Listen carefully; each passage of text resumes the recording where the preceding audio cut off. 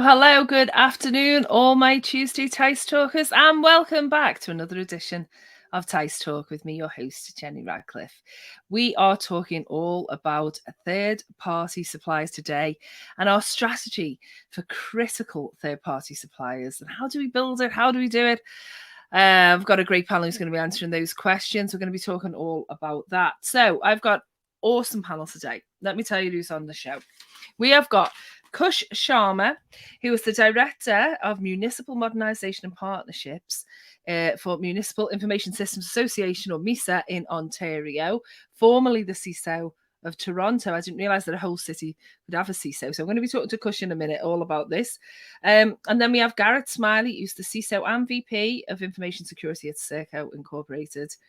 Sebastian Pastors, who's Senior Manager at Business Information Security for EMEA at Johnson & Johnson. And we're also joined by friend of the show, resident CISO for EMEA, Andrew Rose at Proofpoint, who are also our sponsors today, so thanks to them. And of course, we're joined by all of you, and I can see some of our Tuesday teissTalkers already saying hi in the chat. Welcome to all of you. Don't forget, we're always looking for comments and questions on the conversation, the best of which wins are very exclusive and quite useful, even though summer is well and truly behind us. teissTalk cooler bag, which means you can hold any amount of beverages and keep them nice and cool, whether you're at conferences or festivals or, I don't know, escaping post-apocalyptic global problems. So that's what we've got today. And as I say, just in a minute, I'm going to have all of my panel talking about building effective InfoSec strategies for critical third-party suppliers. But before we do that, I want to introduce Kush Sharma, who is going to speak to me first of all. Hi, Kush. How are you?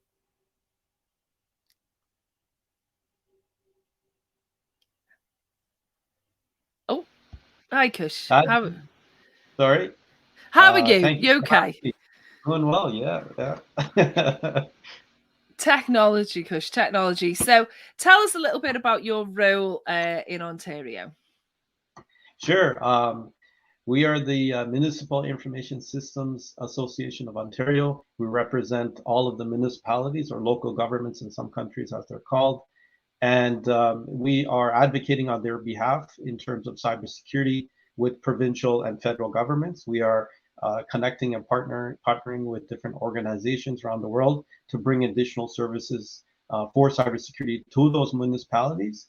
And I think we have to understand that many municipalities, smaller cities, even the larger ones, are in sort of kind of hot water when it comes to cybersecurity, right? They don't have the funding. They're low in population, low in funding, and what we're trying to do is proactively ensure that these municipalities, are on the path to getting better in cybersecurity.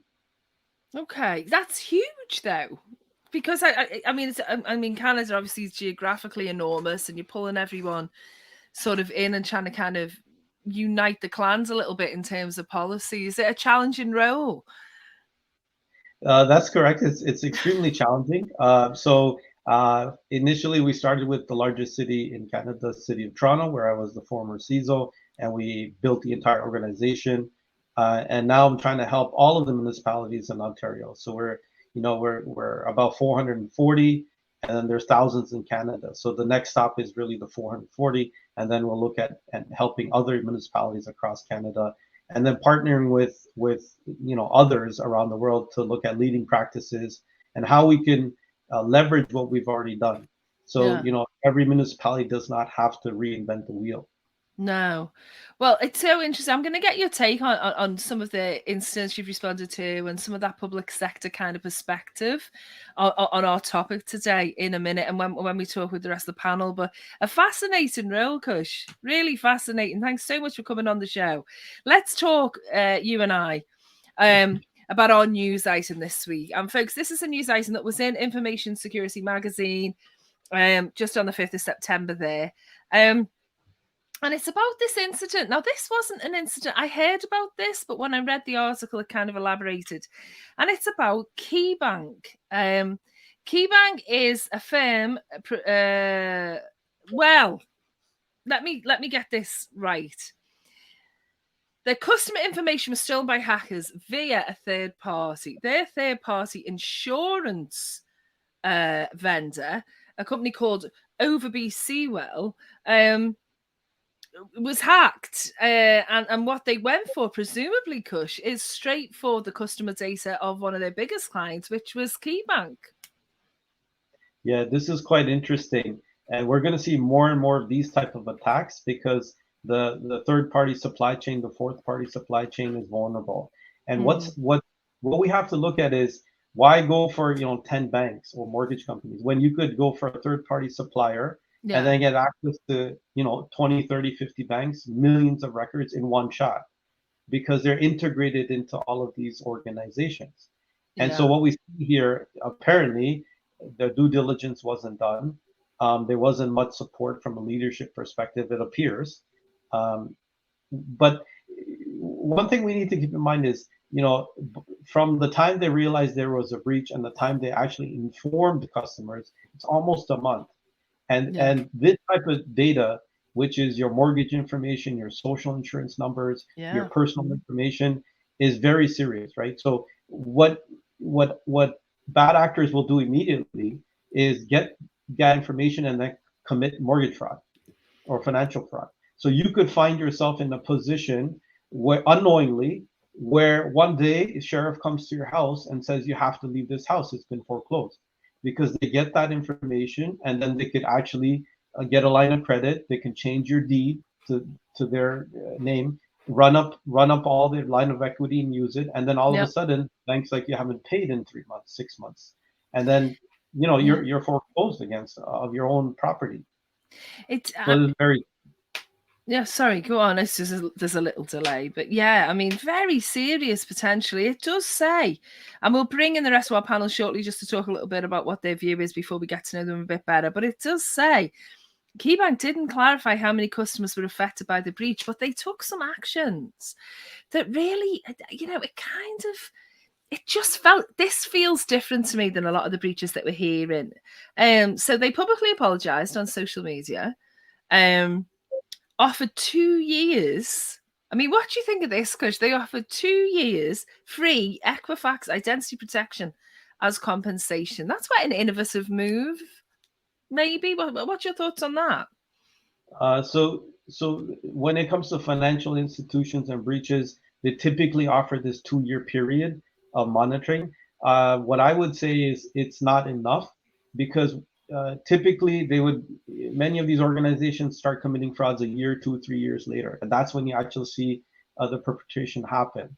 So they have a period of hold. They may be asking for ransom. We don't know in this case, and then they're going to sell that data. They're going to, look at that data, pick out the specific vulnerable individuals from that data. So anyone that is in arrears, has bad credit, those are prime targets.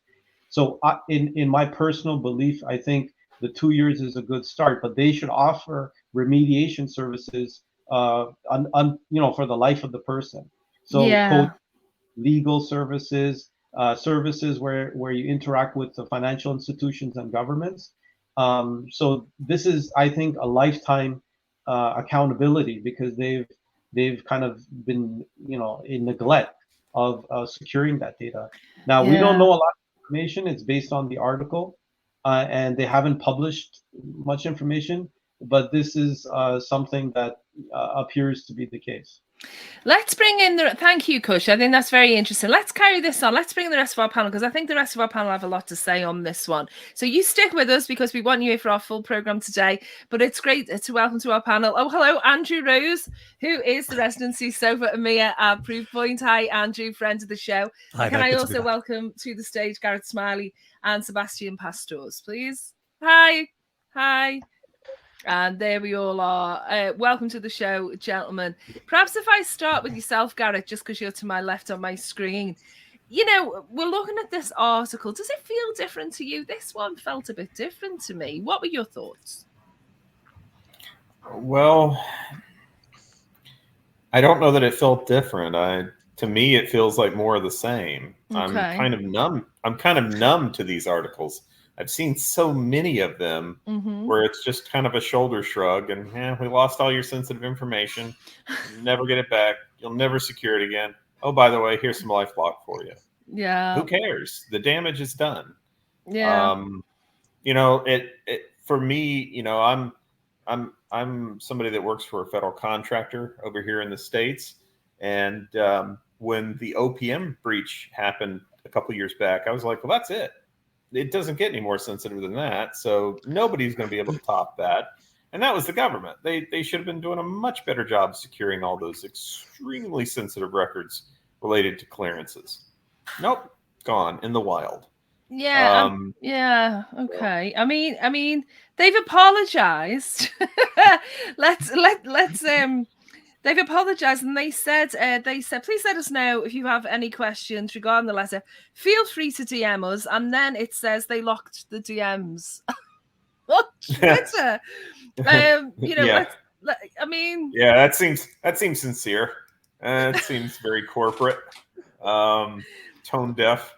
Yeah, you know, you had some good examples of the types of grievous damage that could occur from the leaking of this information that Cush provided, right? And those are real examples. Those can really happen. They can create some serious identity problems for you with major financial ramifications. So I guess my comment is really anything short of those organizations being fined well into oblivion to where that behavior is not going to happen again, or take those fines and put it towards establishing some organizations to help with this proactively. I don't have all the answers, but I think you understand generally what I'm trying to get at. It's the days of treating our collective personal data as theirs to do with what they will. It's unacceptable, and you know we're well past the point where it should be tolerated. Well, let's go. Thank you, Garrett. Let's go to Sebastian, because Sebastian, they said, all of us at Key deeply regret this incident occurred. Your business means a great deal to us, and keeping your personal information safe and secure is extremely important. Working with the vendor to confirm their address and the root cause of the incident to prevent a similar event from occurring. Are we being harsh on them, Sebastian? Could any one of us have been this soldier? Well, that's interesting that you bring it that way, because indeed, when you look at the article, for me, two topics pop out. Is first of all, it doesn't matter who in your entire supply chain is breached. It's your name that's on the line. It's your customers. It's your patients, whatever you have. And you have to take care of that. And that's your accountability. So that's one thing that immediately is visible here. And the other thing is, I think if you read this, and it was mentioned already, it's not about what if you have an incident, but basically you need to be prepared what you do when there is an incident, because there's going to be incidents. And that's what we learned, and what Garen said already. We're basically numb of all the news that's popped out everywhere. And that's real life today. So there's incidents all over the place. The difference is, and how the people react is how you deal with those. So there were a few incidents in the past in the news where the company impacted reacted very proactively. They were very to the point. They gave insights in what happened, and basically even stock didn't lower. I mean, let's go to Andrew this, and then we'll get to know our guest a little bit better and see a little bit more about your experience before on all of this, because I'm sure we've all seen it. But you know, they're the subject of a class action suit, they say over this breach, Andrew. It says the lawsuit highlights this type of personal information can be utilised on its own in conjunction with other personal details to perpetuate crimes against consumers, just as Cush details, and consequently cause significant damage to their money, property, credit, and reputation. That last, the complaint apparently states, had the defendants properly maintained their systems and adequately protected them, they could have prevented the breach. What's your take on all of this, Andrew? I think that's an easy thing to say. I mean, a class action lawsuit has obviously got a purpose, and that purpose is to extract money from the organization to try and compensate the people who feel aggrieved. And I understand that, absolutely. But it's an easy finger to point, isn't it? And I think as security professionals, we all know that every one of our organizations is not 100% secure. And so if somebody wanted to, they could find something in our enterprises to say, well, that should have been patched yesterday, shouldn't it? Or if I'd audited this 15 minutes before the attack happened, I would have found that there was this subtle vulnerability. There's always vulnerabilities in enterprises. So it's an easy thing to say that, yes, you could have done better. It's a very difficult thing to actually achieve in an enterprise setting, especially with this organization who actually dealt with multiple customers. You know, it's one of the things I do sympathize with them a little bit, is that when the attack happened, you know, they probably needed to figure out what's the scale of the attack, whose data is being touched. Is this across multiple customers or just one customer? Yeah. Because when we as a normal organization has that problem, it's like, okay, our data is being tampered with. We need to figure out what's happened. When you're a third-party supplier, it's like, we have 300 customers. What do we tell? Which ones do we tell? We can't just alert every one of them that it's all gone wrong straight away when it might only have affected one. It adds another level of complexity to the whole incident response process, unfortunately. It really does. It really does. And, you know, comms and everything else are key. But obviously, you know, they're saying they're working with the vendors to confirm they're addressing the root causes.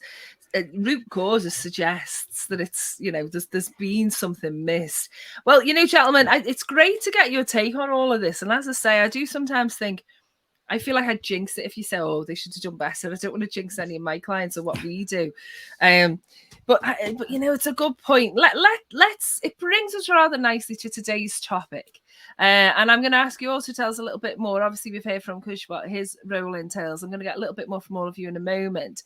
But don't forget, Tuesday teissTalkers, comments and questions over in the chat. We will deal them as we go along. And the best one, comment or question, will make us laugh. We will be awarding those teissTalk coolers. I do see one question already. A comment more. Let's put this to the panel. He says, it's from Paul, and he says, interesting response. More and more data is out there. Could Joe Public be doing more to change their unique and permanent data? My national insurance number, driving license details are unique and if shared, devalue my security position. Paul says he'd appreciate the panel's thoughts on that. Can the public do more to make that unique identifying data less of a target, maybe? Kush, let's come to you first.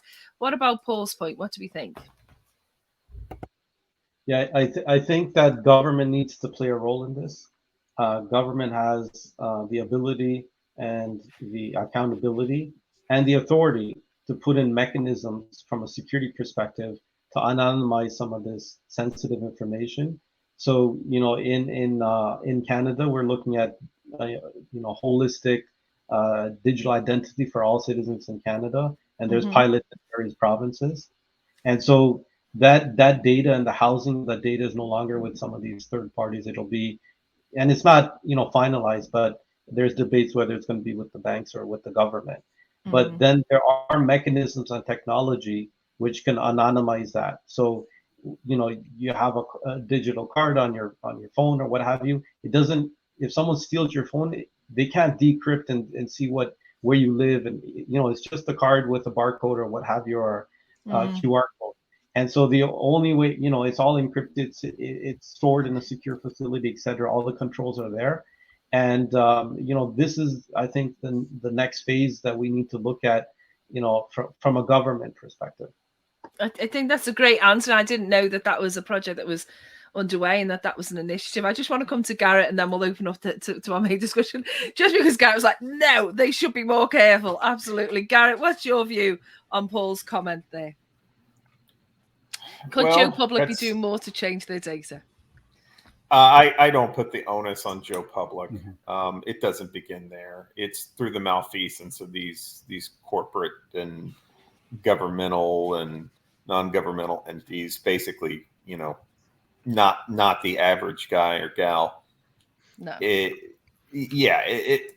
Saying, well, you know, you wouldn't have been a victim of the crime if you were just more careful. Yeah, I so don't buy that. Now, I kind of knew you were going to say that, Garrett. But I will say this, right? You know, looking at it realistically, I think where it can be tackled in a smart way, that's what we want to do. Is it going to require, you know, partnerships with, you know, corporate type of entities as well as governmental entities and NGOs and things of that nature? I think so. I think so. It's going to be a patchwork of solutions to make the situation better. Okay. I'm not Pollyanna. I don't think it's going to magically get better overnight. I already expressed my extreme displeasure and, having the type of underwear I wore in the 4th grade already put out there from the OPM breach, but at some point we kind of have to say, look, there has to be consequences if we don't define what is due diligence in this space and enforce execution against it. There just has to be a consequence, as opposed to, yep, another million records breached. Yep, another million records breached. Yeah. Okay. We've got to get to that point, right? Yeah, So, we do. And I kind of knew you'd have those thoughts. Thank you for that, Garrett. And I'm going to just move us on to our main topic now, and talk a little bit about this InfoSec strategy, because I think this is partly really what we're picking up on. So as I'm with you, Garrett, just a couple of sentences. Can you just let us know really what your role is at SECO? I mean, I know you're CISO and VP of Information Security. That sounds quite stressful. What's the job look like at the moment for you? No, it's absolutely fun. It's bed of roses, as they say. Well, I will say in regards to our topic, and this is probably true whenever I am trying to implement good change in any division or business unit or whatever in my organization, I have to establish and maintain rapport with kind of the leaders and the movers and the shakers and the different departments. And in regards to instituting muscle memory around supplying proper risk governance in the supply chain, it has to be done in partnership with the people that are in charge of managing the supply chain, right? So that's procurement in my organization. And whenever we were saying, okay, how do we want to assess the risk that's presented to us from our suppliers? Yeah. The one thing that we agreed to, both myself and the head of procurement, was whatever we do, it needs to be baked into the day-to-day activities of the procurement folks. Sure. Because if it's not going to get done. No. And we have a third-party risk supplier, a thing that we do where we have them self-attest on a questionnaire. Self-attestation is it sucks. Let's be honest. It's a fancy lie in most cases. But as far as the due diligence is concerned, if I don't have the ability to go in and audit them, I at least want to make sure, if they're contractually obligated to me, that they are self-attesting and going on the record with kind of a reps and certs letter that says, yes, I do this or I am this. And so that later on, if they get breached or we find out they weren't doing the things they said they were, or we find out they weren't, then that might be cause to term the contract or whatever, right? Okay. Yeah. Ultimately comes back to the legal contract. But the most important thing for the success of the program was bake it into the day-to-day. Bake it into the day-to-day. They would just be looking at me and going, you're bothering me. You're producing more work. How can you fit this into what I'm already doing as a buyer? I work very closely with the buyers. So. All right. Thank you for that. I think it's important. We're going to look at that, I think, across everyone. Let's go to Sebastian now and talk about your take on this topic, Sebastian. I mean, there's Garrett saying that it's so important to work with our procurement colleagues, to work within the business, to make, but when you're putting that strategy together for those third-party suppliers, it seems to me that it's so critical to get it right, particularly in these troubled times we live in. What's your take on this whole topic? Yeah, it's definitely needed to get it right, and that's also where the challenge is. And I've seen that not only in the current role, but in the past roles as well, is that the link between business, IT, security, but also privacy, regulatory bodies, because all of those have now also a stake in the whole security game. That's a continuous challenge, because all those teams, they look at different things, they look at different criteria. So even if you talk about, we have to do the utmost for critical systems, what's defining a critical system or a critical service? Yeah. Because it could be critical from a financial point of view, from a business operations point of view, or especially what we see now in security, I think in general for everybody, is the complexity. And that's the whole topic for today as well. Is if you look at the supply chain, it's never been more complex than today. Everybody has third parties, and those third parties have third parties, and then we're all using all of their solutions in the Even end-to-end chain. And in Yeah. the end, you're accountable, right? So it's a challenge. It's a nice one, but the part that I think we need to focus on is aligning the different interpretations into one to get to at least a common understanding of the initial risk. And it picks up, that's so true what you said, it picks up a little bit on what you said earlier about, the biggest brand in that chain is the one that everyone's going to pay attention to. And I guess it's Johnson & Johnson. I mean, I'm sure that that's something that you kind of worry about. Does that keep you awake at night worrying about that? Well, there's a lot of things that keep you awake at night in security. That's what we like about the job. But no, I think in general, it's kind of funny to see that there used to be, and was years ago when we taught security, it's the weakest link in the security is going to cause the breach, and that's more true than ever, because that weakest link is now very difficult to find because you have so many links. Yeah. Well, I mean, I know that Andrew Rose is going to come in on this because that weakest link's just trigger whenever we hear it, just in case that we're saying that, it's down to the users. I'm so glad you quantified that by saying it's hard to find what that is. It's the complexity on this, as Sebastian points out, isn't it, Andrew? It's more complex than ever to get this strategy right. Oh, wow. Absolutely. It's such a challenging problem for security professionals these days. And unfortunately, I don't think anybody's really got their hands around the topic. I mean, I did an informal survey a couple of months ago where I had a large audience and they all had one of those electronic sort of voting machines each. And so I was able to do surveys across the audience.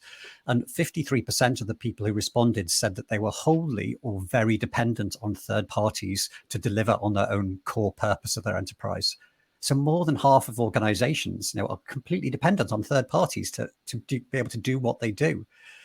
And yet 50% of the audience also said that they only had a level 1 confidence out of a spectrum of 1 to 5, that they actually knew who those vendors were. Say that again. 50%? 50%. Only 50%. 50% of organizations had very low confidence that they even knew who their vendors were. And that is backed up by sort of data that you can see. Organizations will go and try and identify all the suppliers they have, and they come back and they're still not right. They still haven't identified them all. And that's even worse in this day and age of cloud and shadow IT and all these things that you can actually go and purchase a service off a credit card. And suddenly you've got another third party who's got your data and the security team aren't even aware of that. So it's hugely complex just from the first level. And then you get into the bit of Sebastian mentioned about the second level and the third level partners. And it all gets very intertwined and the complexity just goes off the scale. So it's a really challenging space for a CISO to do. And I think a lot of people I speak to do that, the sort of the good old questionnaire and the scanning pieces. Which, as Garrett says, sucks, but at least he's got legal. It's you've got to do something. Yeah, you've got to do something. I'm sure we'll come on to it later about what's the best practices right now. But you've got to do something. You can't just sort of walk away and go, well, this is too hard. And a questionnaire is the first step on that journey. We just need to define what additional steps we can take on that journey because it's such a big problem. It's such a big problem, and it is so complex. And coming back to Kush, it must be that you must be listening to this and thinking, you talking about complex. You've got all these different municipalities with all these supply chains that you're trying to look at. I mean, is this resonating with you, Kush? Is it how if you got any idea about where people should start with a complex strategy for third parties? I'm coming to Kush first. Yeah, thank you. I think you have to start with kind of the high value critical processes. And those are, from a government perspective, kind of life safety. So water, for example, is probably at the top of the list. Transportation, for all the lights. So you have to look at that. And it's not, in my opinion, security's decision to make. It's, you got to go to the business, you got to go to the emergency management team, the leadership, the council, the mayor, etc., and speak to them and understand what is actually critical, what runs a specific municipality or local government. And then what you do, at least what I've done, is you map two things: the financials. So you look at the financial statements, you map those to those processes, and then you map the data from a tech perspective. And if you could get a very high level handle on, how it's going to affect my operations and how it's going to affect my digital government, then you could actually go to procurement, take all the information from, whatever systems they have, and then map the contracts, right? And to those associated processes, because now you have three pieces of information. Yes. The key financials, the key data, and the key processes, and then you can map to the contracts.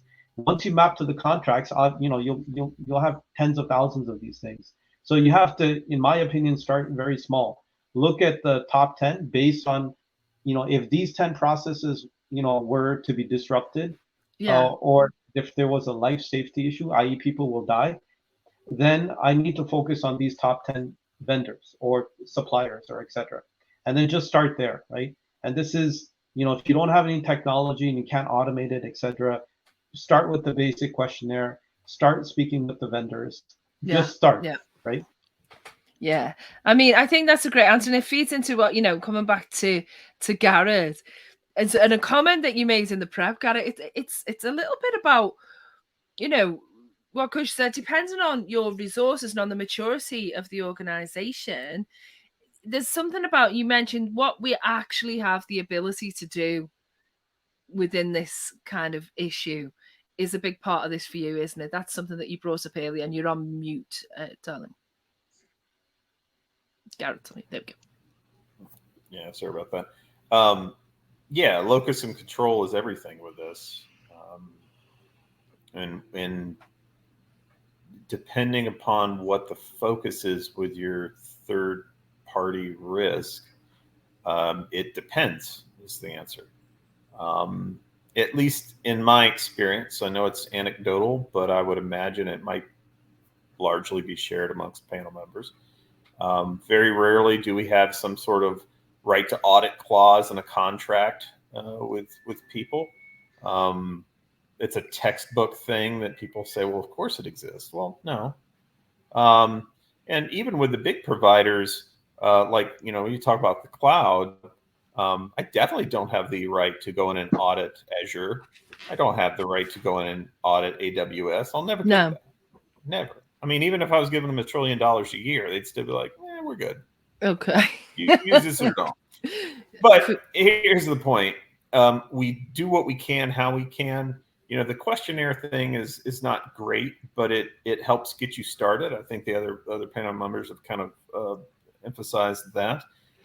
There are third-party risk tools that are out there that help you to assess people's, external-facing internet postures on devices where they can be detected. So there's some there.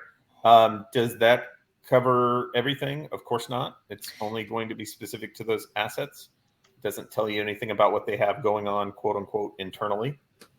I mean, we've got some comments from friends of the show, Alan, who says the question is not the right answer. If you've got 16,000 suppliers, as I had, how do you assess the responses? Better to pick a framework, for example, Cyber Essentials, put the onus on suppliers to give evidence of compliance, then identify suppliers of critical services and concentrate kicking the tires on them. I mean, Sebastian, what's your experience of this kind of moving from? Because Garrett's not saying the question is the answer. He's just saying you've got to start somewhere, I think. So, I mean, what's your view on maybe moving from that static kind of questionnaire to something more meaningful, something more continuous?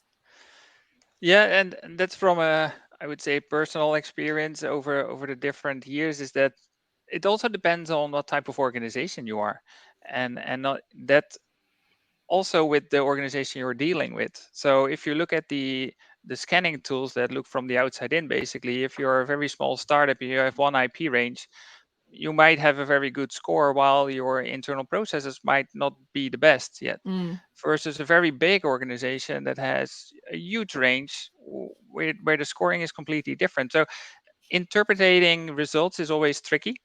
That makes it interesting, and that's the reason why, of course, ideally you would do full audits and stuff like that. But to Garrett's point, that's not always possible, let alone from a time and budget perspective.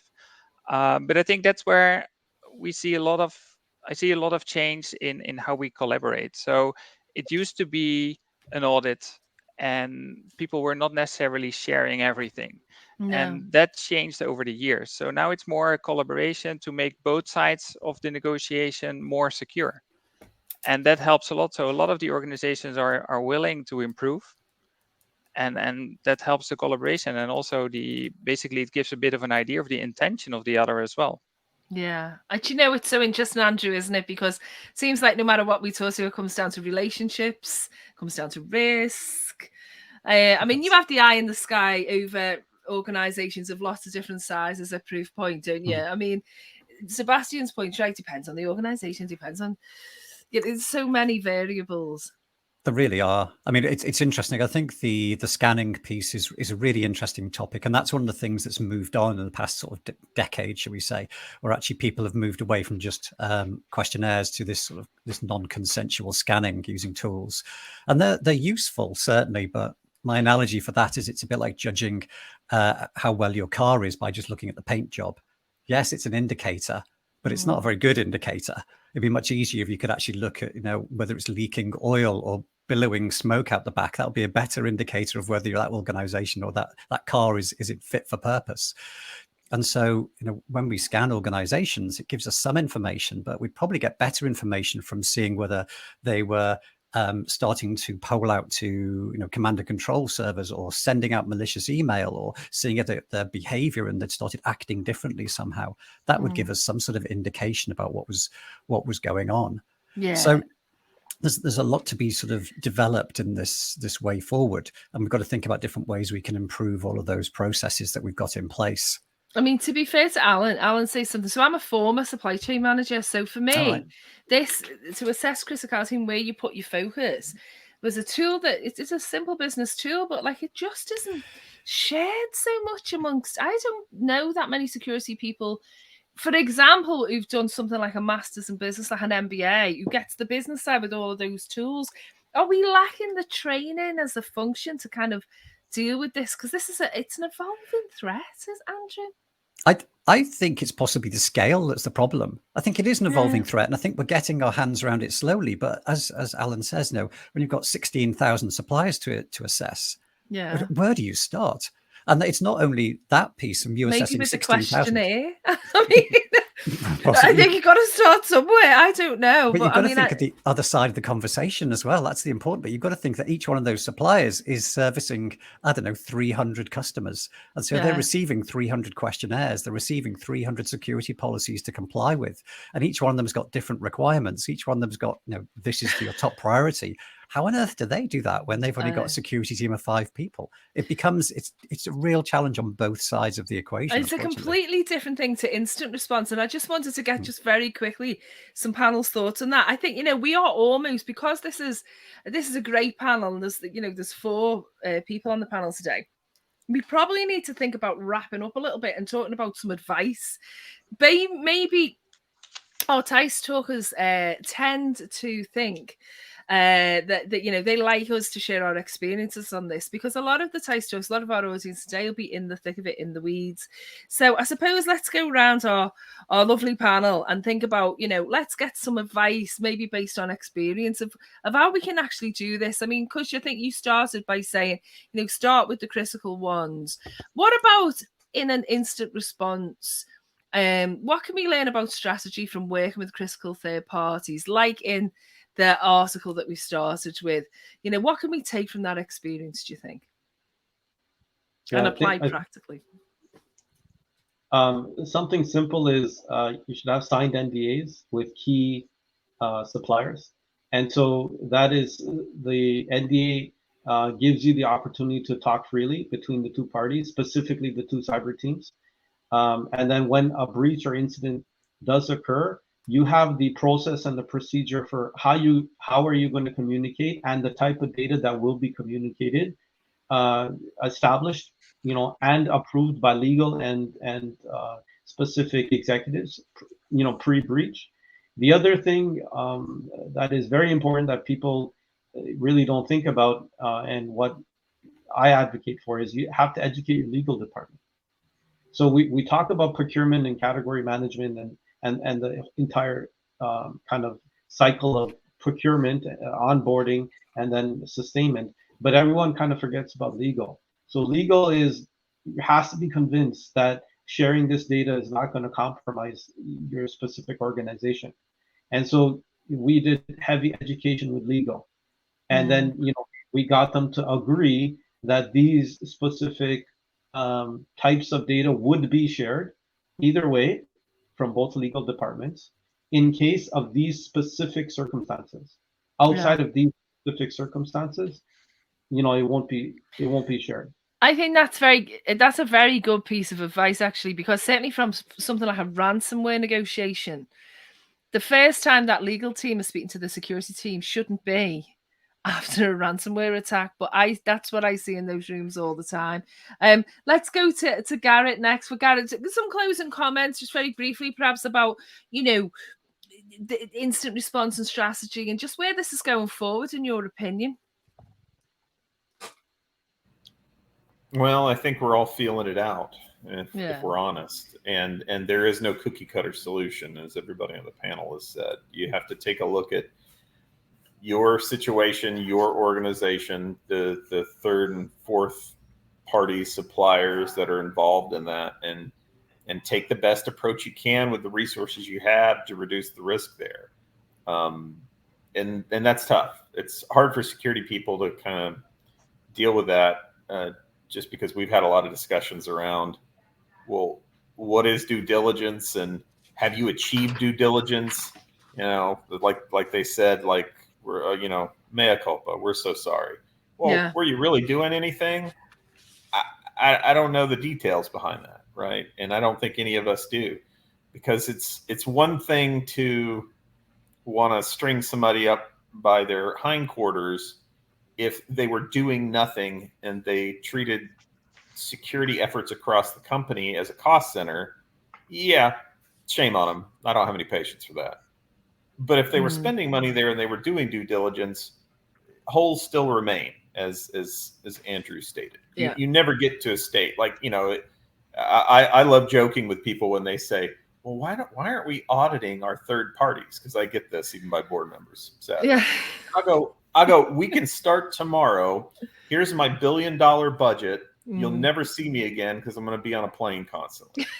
And they're like, well, wait a minute. I'm like, no, words mean things, folks. Come on, you're being silly. I love that. We could throw an absurd amount of money at it, to Andrew's point, is all I'm saying. And you have to do a better job in your organization of defining what your actual risk appetite is, which our senior executives, they're not. And we talk about it.